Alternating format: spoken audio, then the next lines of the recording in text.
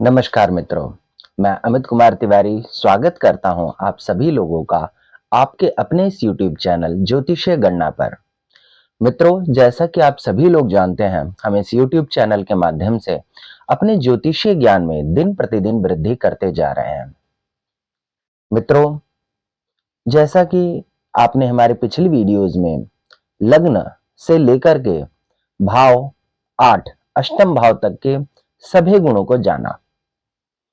अभी मैं लग्न कुंडली पर ही बात करूंगा, क्योंकि ये जो हमारा YouTube चैनल जो शुरू किया गया था, इसका उद्देश्य यही है कि आप सभी लोग अपने अपने जन्म पत्रिका का विश्लेषण स्वयं खुद ही कर पाएं। मित्रों, अगर आपने मेरी पिछली वीडियोस को नहीं देखा है तो उसे अभी मेरे चैनल पर जाकर के देखिए एवं अपने ज्योतिषीय ज्ञान में वृद्धि करिए। मित्रों, इसी श्रृंखला में आगे बढ़ते हुए आज हम जन्म पत्रिका के नवम भाव के बारे में जानने का प्रयास करेंगे कि मित्रों, जन्म पत्रिका का नवम भाव क्या कहता है। चलिए एक उदाहरण कुंडली के माध्यम से पहले इसे समझने का प्रयास करते हैं। एक उदाहरण कुंडली का निर्माण करते हैं। तो मान लीजिए आज एक कन्या लग्न की जन्म पत्रिका बना लेते हैं।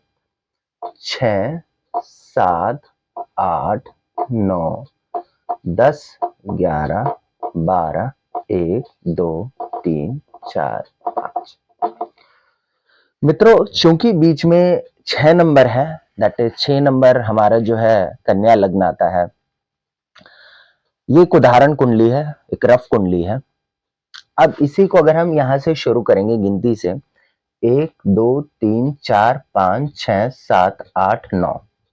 मित्रों, ये होता है हमारी जन्म पत्रिका का नवम भाव, ये वाला हिस्सा। अब मित्रों, ये जन्म पत्रिका का नवम भाव जो है क्या चीज होती है, इसके बारे में थोड़ी सी बातें करते हैं। मित्रों, हमारी जन्म पत्रिका के में जैसे कि हम पिछली वीडियोस में भी बात कर चुके हैं, हमारी जन्म पत्रिका में लक्ष्मी स्थान और विष्णु स्थान होते हैं। लक्ष्मी स्थान लग्न, पहला भाव, पांचवा भाव और नौवा भाव होता है। और नारायण स्थान होते हैं, जैसे विष्णु स्थान के नाम से भी जाना जाता है ज्योतिष में। तो बीच के केंद्र स्थान के भाव होते हैं, यानी पहला भाव, चौथा भाव, सातवां भाव और 10वां भाव। इसी में जो नवम भाव में जो स्थान है, इसे लक्ष्मी भाव बड़ा ही महत्वपूर्ण स्थान दिया गया है। इसको महत्वपूर्ण स्थान देने का सबसे बड़ा कारण है क्योंकि आपके भाग्य का स्थान है। मित्रों, ये भाग्य का स्थान आपके जीवन में सबसे ज्यादा महत्वपूर्ण स्थान रखता है। आपका अपना जीवन में आप जो मेहनत करते हैं उसका फल आपको मिलेगा या नहीं मिलेगा, या किस प्रकार से मिलेगा, ये सब कुछ आपका भाग्य पर ही निर्भर करता है। मान लिया कि हमारे ऋषियों ने इस भाव को बहुत ही ज्यादा महत्वपूर्ण स्थान देते हुए भी ये बात कहा कि अनायास कर्म करने से कुछ नहीं होता जब तक भाग्य जो है आपका साथ ना दे। मेहनत तो आज के समय में हर कोई व्यक्ति कर रहा है, किंतु अगर उसको भाग्य का सपोर्ट ना मिले तो उसका मेहनत भी सबसे ज्यादा बेकार हो जाती है और परेशान होता है सो अलग। तो मित्रों, आप सभी जब अपनी जन्म पत्रिका के नवम भाव को विश्लेषण करते हैं, इसको देखते हैं ओपन करके, तो यही जो है आपके जीवन की एक विशेष डेस्टिनी को बारे में बताता है। मित्रों, जन्म पत्रिका का नवम भाव इसलिए भी महत्वपूर्ण हो जाता है, जब आप एक लग्न कुंडली बनाते हैं, इसके साथ में हमारे जो ज्योतिष के जानकार होंगे या ज्योतिष पढ़ रहे होंगे, उन्हें इस बारे में भी पता होगा, एक नवमांश कुंडली और बनती है। नवमांश कुंडली क्या है? नवमांश कुंडली आपके भाग्य की जन्म पत्रिका है। जो जब आप इस पृथ्वी पर पैदा हुए तो आप अपने इस नवम भाव में क्या लेकर के आए। जब आप इस नवम भाव को खोलते हैं, इसे ओपन करते हैं, तो एक नवमांश पत्रिका बन के आती है, नवमांश कुंडली जिसे कहते हैं। और लग्न कुंडली का जो एक सूक्ष्म रूप है, ये नवमांश पत्रिका होती है। नवमांश कुंडली के बारे में भी हम आगे जाकर के विशेष तौर पर अध्ययन करेंगे। आप हमारे इस YouTube चैनल के साथ जुड़े रहिएगा ताकि आपको उसके बारे में पता चले। अभी हम अपने विषय से नहीं भटकेंगे।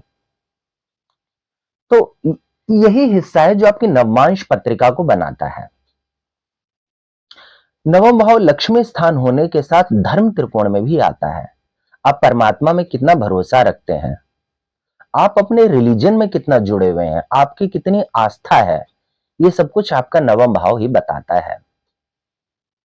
यहां पर बैठे हुए क्रूर ग्रह एवं सौम्य ग्रह आपके भाग्य की स्थिति का निर्धारण कर देते हैं। आपने कई लोगों को देखा होगा जो बहुत कम श्रम करते हैं और उसके बाद भी सफलता अर्जित कर लेते हैं, और कई ऐसे लोग भी देखे होंगे जो अत्यंत मेहनत करने के बाद भी सफलता उनके पास भी नहीं फटकती। इन सभी स्थिति में आपकी जन्म पत्रिका का नवम भाव ही इसका निर्धारण करता है। नवम भाव इसलिए भी अत्यंत महत्वपूर्ण हो जाता है क्योंकि यहीं से आपको संतान की प्राप्ति, आपके भाग्य से, आपके पत्नी की प्राप्ति आपके भाग्य से।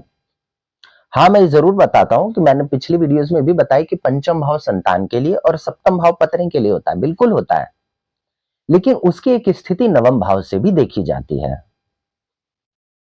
आपका भाग्य आपकी पत्नी, आपके बच्चे के लिए कितना प्रबल है, या आपकी पत्नी का भाग्य या आपके बच्चे का भाग्य आपके लिए कितना प्रबल है। क्या उसके जन्म होने से आपके भाग्य में कोई वृद्धि होगी या आपके होने से उसके भाग्य में कुछ वृद्धि होगी, ये भी आपकी जन्म पत्रिका का नवम भाव ही विशेष तौर पर बताता है। नवम भाव दोस्तों दूरस्थ यात्रा का भी है। यहां पर दूरस्थ यात्रा में मैं थोड़ी सफाई दे देना चाहूंगा कि मैं अपनी पिछली वीडियोस में मैंने आपको बताया था कि जन्म पत्रिका का तृतीय भाव जो होता है, ये स्थान छोटे भाई बहन आपके पराक्रम और शौर्य का होता है। किंतु जो छोटी मोटी यात्राएं होती हैं वो भी जन्म पत्रिका के तीसरे भाव से देखा जाता है। किंतु छोटी यात्रा से जो बड़ी यात्रा होती है, अब मेरा यहां पर विदेशी यात्राओं से मतलब नहीं है, दूरस्थ यात्रा से है। मान लीजिए जैसे दिल्ली से आपको गुड़गांव जाना है तो दूरस्थ यात्रा हो गई। तो ये जो दूरस्थ यात्रा है ये भी आप जन्म पत्रिका के नवम भाव से ही देखते हैं। मित्रों, जन्म पत्रिका के जो नवम भाव है यहां पर से ठीक सातवां भाव आपका तृतीय भाव पड़ता है जो कि पराक्रम और शौर्यता का है।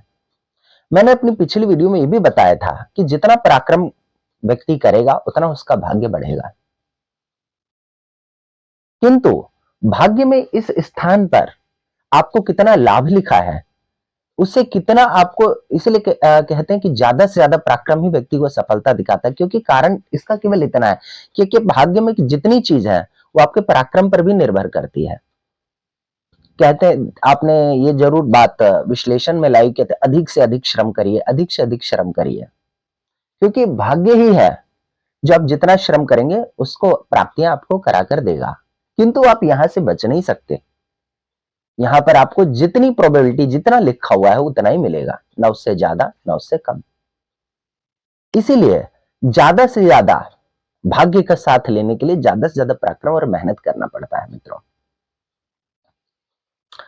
मैं उम्मीद करता हूं मेरे द्वारा दी गई जानकारी से आप संतुष्ट होंगे एवं आपने अपने ज्योतिष ज्ञान में आज एक और वृद्धि अपनी जन्म पत्रिका के नवम भाव को लेकर के की होगी। मित्रों, अगर आपको कोई क्वेरीज है, कोई क्वेश्चन है अध्ययन से रिलेटेड, तो आप वीडियो में कमेंट के माध्यम से मुझसे पूछ सकते हैं। मैं उसका जल्द से जल्द उत्तर देने का प्रयास करूंगा।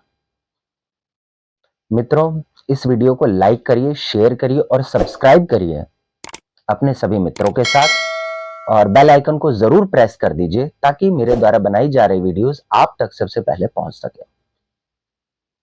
आज के लिए इतना ही। धन्यवाद। जय श्री राम।